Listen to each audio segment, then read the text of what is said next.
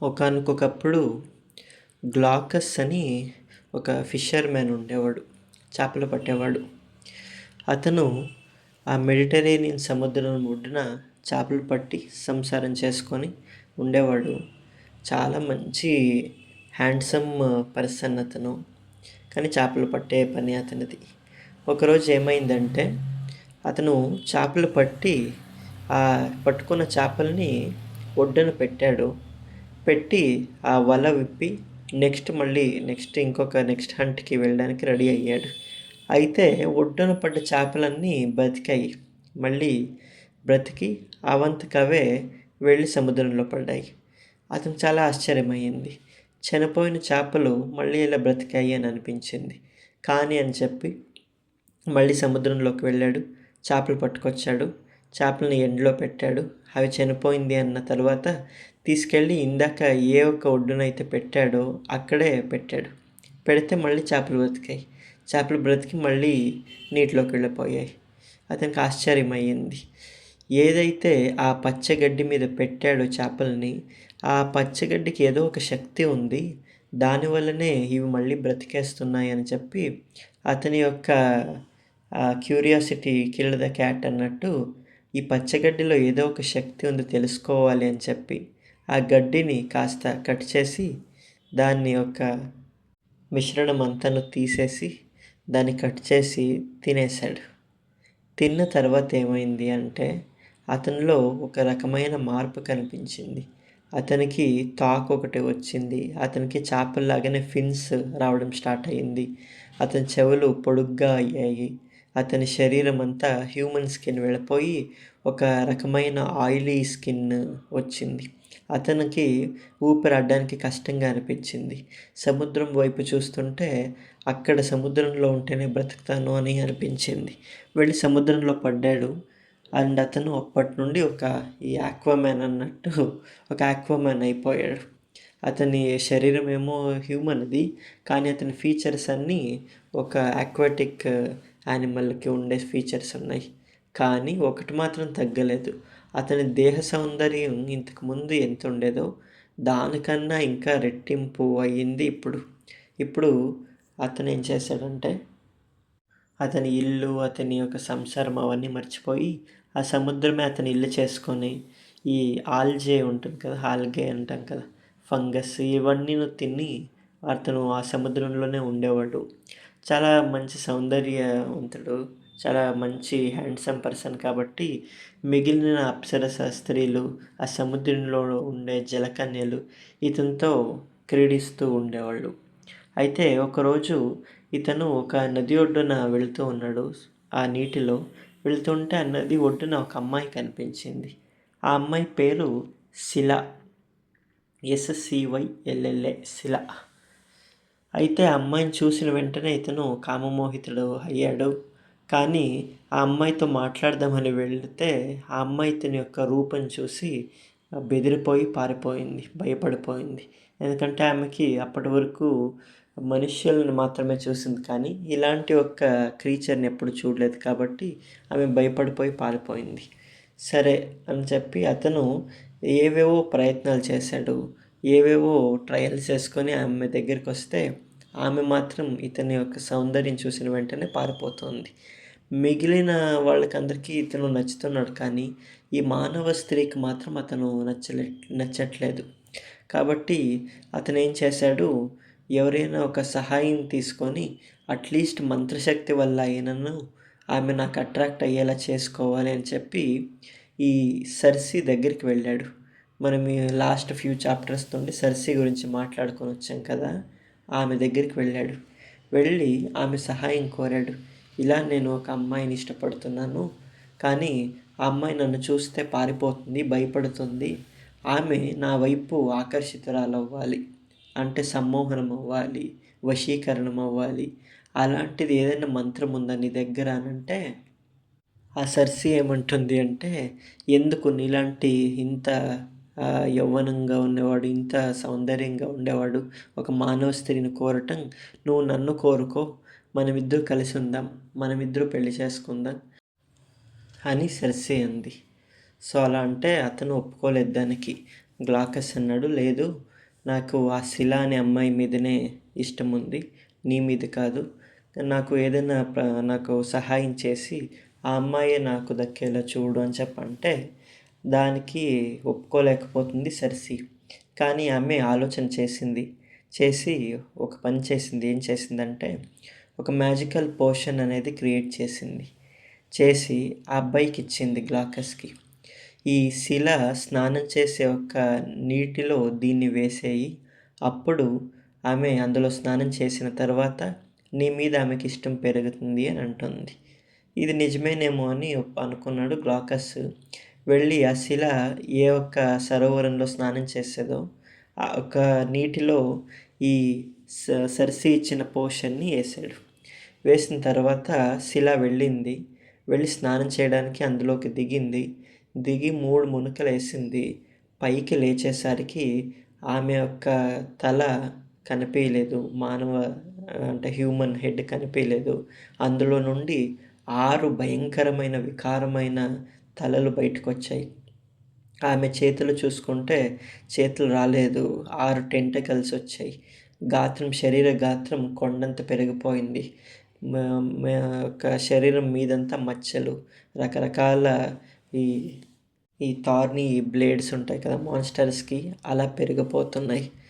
ఆమె మాట్లాడదామని ప్రయత్నిస్తూ ఉంటే నోటి మాట రావట్లేదు, కానీ ఏదో నక్క సౌండు, ఏదో పిల్లి సౌండు, ఏదో కుక్క సౌండు 3 కలిసి ఒకేసారి వస్తే ఎలా ఉంటుందో అలా వస్తుంది. ఆమెకి ఉండడానికి అక్కడ కుదరలేదు. అందరూ భయపడుతున్నారు. ఎవరు అని చెప్పి రాళ్ళు తీసుకొని కొడుతున్నారు. ఆమె అరుస్తుంది వాళ్ళ వైపున, కానీ అర్థం కావట్లేదు. సో సముద్రం దగ్గరికి వెళ్ళిపోయి సముద్రంలోకి దిగి స్విమ్ చేసుకుంటూ ఒక గుహలోకి వెళ్ళిపోతే అక్కడ రోజుకి కొండంత పెరుగుతూ ఉంది. ఆమె యొక్క ఆకారమే ఆమెకి నచ్చట్లేదు. రోజున పోతూ ఇట్లా కొన్ని రోజులకి నేను ఒక మానవ స్త్రీ అయి ఉండేదాన్ని అనే ఒక విషయమే మర్చిపోయింది. కంప్లీట్గా ఒక మాన్స్టర్గా ట్రాన్స్ఫార్మ్డ్ అయిపోయింది. ఇది ఒక రకంగా మనం ఈ లార్డ్ ఆఫ్ ద రింగ్స్లో ఒక క్యారెక్టర్ ఉంటాడు కదా స్మీగల్, అతను గాల్యూమ్గా కన్వర్ట్ అయిపోతాడు కదా ఒక కొండలో. అలా ఈ శిలా అనే ఒక అమ్మాయి, అంత బ్యూటిఫుల్ అమ్మాయి, కేవలం ఈ సర్సే యొక్క జెలసీతోటి ఇప్పుడు ఒక పెద్ద మాన్స్టర్ అయ్యింది. అయితే ఈమెకి అమరత్వం, అంటే she became immortal, but she became more dangerous. ఇప్పుడు ఒడిసియస్ ఈ శిల అనే ఒక మాన్స్టర్ని ఎదుర్కోవాలి. దీనికి ఎలాగో చావలేదు, ఖచ్చితంగా మీలో ఒక 6 సైనికుల్ని తినేస్తుంది తను అని చెప్పి సర్సి చెప్పింది. పోనీ తినేయిన్లే అని చెప్పి ఆహుతవుదాము అని అంటే దానికి అతని ఇంగితం ఒప్పుకోదు. ఎందుకంటే తెలిసి 6 ఎలా బలిస్తాము. పోనీ ఇంకేమైనా వే ఉందా అని అంటే ఇప్పుడు ఏమవుతుందో చూద్దాము. ఒడిసియస్ అండ్ అతని యొక్క సైన్యం సైరన్స్ని ఎదుర్కొన్న తర్వాత ముందుకి ప్రయాణం చేస్తూ ఉంటే ఉన్నది ఉన్నట్టుగానే ఆకాశం అంతా కంపించింది. మేఘాలు మెరుపులు అంతా వస్తున్నాయి. అసలు ఎందుకు ఇవన్నీ వస్తున్నాయో వాళ్ళకి అర్థం కావట్లేదు సైన్యానికి. వాళ్ళు లంగర్లు ఎత్తి ఆ పైకి ఉన్న మాస్టర్ కిందికి తీసి మొత్తం అందరూ ఒకేసారిగా జోరుగా తెడ్లు వేయండి అని చెప్పి ఒడిసియస్ అన్నాడు. ఎంత జోరుగా ఎంతో స్పీడ్గా వేస్తున్నా కూడా ఆ పడవ ముందుకి కదలట్లేదు. అక్కడక్కడ గిర్రం తిరుగుతుంది, సుడులు తిరుగుతుంది. ఏమవుతుంది అని చెప్పి వెనకాల చూస్తే ఒక పెద్ద సుడిగుండం ఫార్మ్ అవుతుంది. ఆ సుడిగుండంకి గనక వీళ్ళు చేరారంటే అందరూ చచ్చారే. ఇంకా అంత భయంకరమైన ఒక సుడిగుండం ఫార్మ్ అవుతుంది. దాని యొక్క లోపల కర్బిదీస్ అనే ఒక మాన్స్టర్ రాక్షసుడు ఉన్నాడు. అతను సముద్ర జలాలన్నీ లోపలికి తీసేసుకుంటాడు. రోజుకి 3 సార్లు తీసుకుంటాడు అని చెప్పి సర్సి చెప్పింది కదా. సో ఇప్పుడు ఒడిసియస్కి ఏం చేయాలో అర్థం కాలేదు. ముందుకు వెళ్ళడానికి కుదరట్లేదు. ఒకవేళ కర్బిదీస్లోకి వెళ్ళిపోతే అందరూ చనిపోతారు. కానీ ముందుకు గనక వెళితే ఆ శిలాకి ఆహుతి అయిపోతారు. ఏం చేయాలి అనే ఒక దానిలో చిక్కిపోయాడు ఒడిసియస్.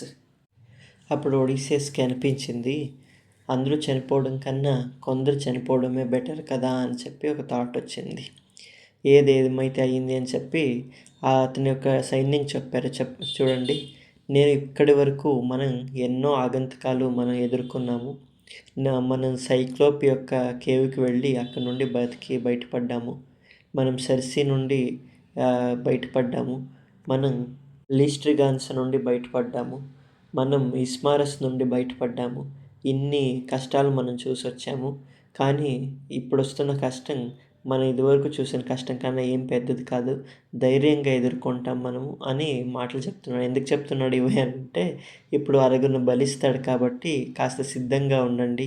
ఎవరిని అయినా తినేయచ్చును ఆ ఒక శిల అని చెప్పి. అతనన్నాడు, సముద్రం అక్కడ కొండ శిఖరం ఒకటి కనిపిస్తుంది కదా! అటువైపు తెడ్లేయండి అని చెప్పి అన్నాడు. సో, ఓడని షిప్‌ని అటువైపు డ్రైవ్ చేయడం స్టార్ట్ చేశారు.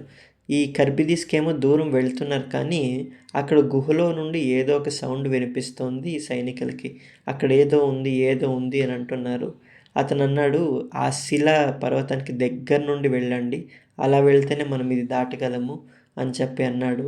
సరే అని చెప్పి దాని దగ్గర నుండినే వాళ్ళు వెళ్ళారు.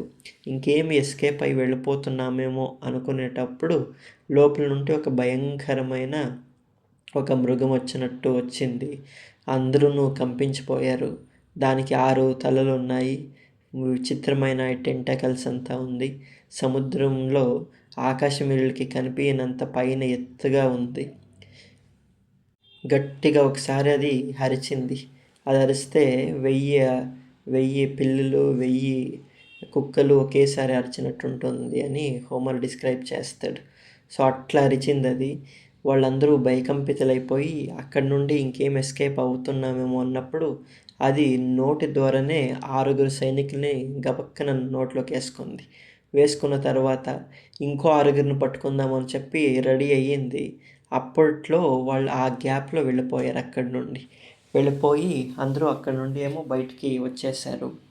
ఒడిసియస్ వెనక్కి చూడొద్దండి, ముందుకే వెళ్ళండి అని చెప్పి ఆ తెడ్లు అంతా ముందుకే తోస్తున్నాడు. ముందుకే వాళ్ళు వెళుతున్నారు.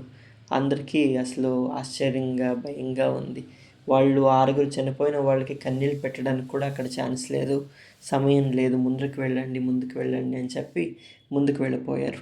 ఒక కాసేపు తర్వాత మళ్ళీ ఆకాశం అంతా క్లియర్ స్కై అనేది వచ్చింది. ఇప్పుడు ఆ మేఘ ఘర్షణ అవేమీ లేదు. కర్బిదీస్‌ని శిలాని దాటి వచ్చారు. వెనక్కి తిరిగి చూస్తే ఆ గుహ, పర్వతాలు, ఆ కర్బిదీస్ అంతా దూరంలో కనిపిస్తోంది. ఒడిసియస్ అనుకున్నాడు, ఎలాగో బయటికి వచ్చేసాం అక్కడి నుండి అని చెప్పి మిగిలిన వాళ్ళకి చెప్పాడు. మనం అందరూ కలిసి సాహసం చేశాము. ఎవరికి అదృష్టం లేదో, ఎవరికి భాగ్యం లేదో వాళ్ళు చనిపోయారు, మనతో పాటు లేరు. వాళ్ళ కోసం మనం దుఃఖిద్దాం, చింతిద్దాం. కానీ మన యొక్క జర్నీ ఇక్కడితోనే ఆగిపోలేదు. మనం ఇంకా ముందుకు వెళ్ళాలి. మనం ఇంకా ఇంటికి చేరుకోవాలి. చాలా చేయాల్సినది ఉంది. మన కోసం వాళ్ళు సాక్రిఫైస్ చేశారు కాబట్టి వాళ్ళని మనం తలుచుకుందాము అని చెప్పి వాళ్ళకి కాస్త మనోబలం, కాస్త ధైర్యం, వాళ్ళకి ఉన్న గిల్ట్ ఫీలింగ్ ఉంటుంది కదా, మాలోని 6 చనిపోయారు అని, అందరికన్నా ఎక్కువ ఒడిసియస్లోనే ఉంది. వాళ్ళకి ధైర్యం చెప్తూ ఇతను కూడా కాస్త సెల్ఫ్ గిల్ట్ కాకుండా చూసుకుంటున్నాడు. సరే, కాస్త ముందుకు వచ్చిన తర్వాత వాళ్ళకి ఒక ఐలాండ్ కనిపించింది. ఆ ఐలాండ్లో గొర్రెల సౌండు, ఆవుల సౌండు, మేకల సౌండ్ ఇవన్నీ వినిపిస్తున్నాయి. దూరం నుండి చూస్తేనే అదేదో ఒక కొత్త రాజ్యంలా అనిపించింది. కానీ అక్కడ ఇంతకు ముందులాగా ఎటువంటి పొగ ఇలాంటివి ఏమీ కనిపించట్లేదు. కాబట్టి ఇదేదో ఒక మంచి ఐలాండ్కి అయితే వచ్చాము అని వాళ్ళకి అనిపించింది. సరే, ఆ ఐలాండ్కి దగ్గరలోనే ఒక దిబ్బ మీద వాళ్ళ యొక్క పడవని పార్క్ చేసి అందరూ ఐలాండ్లోకి వెళ్ళారు.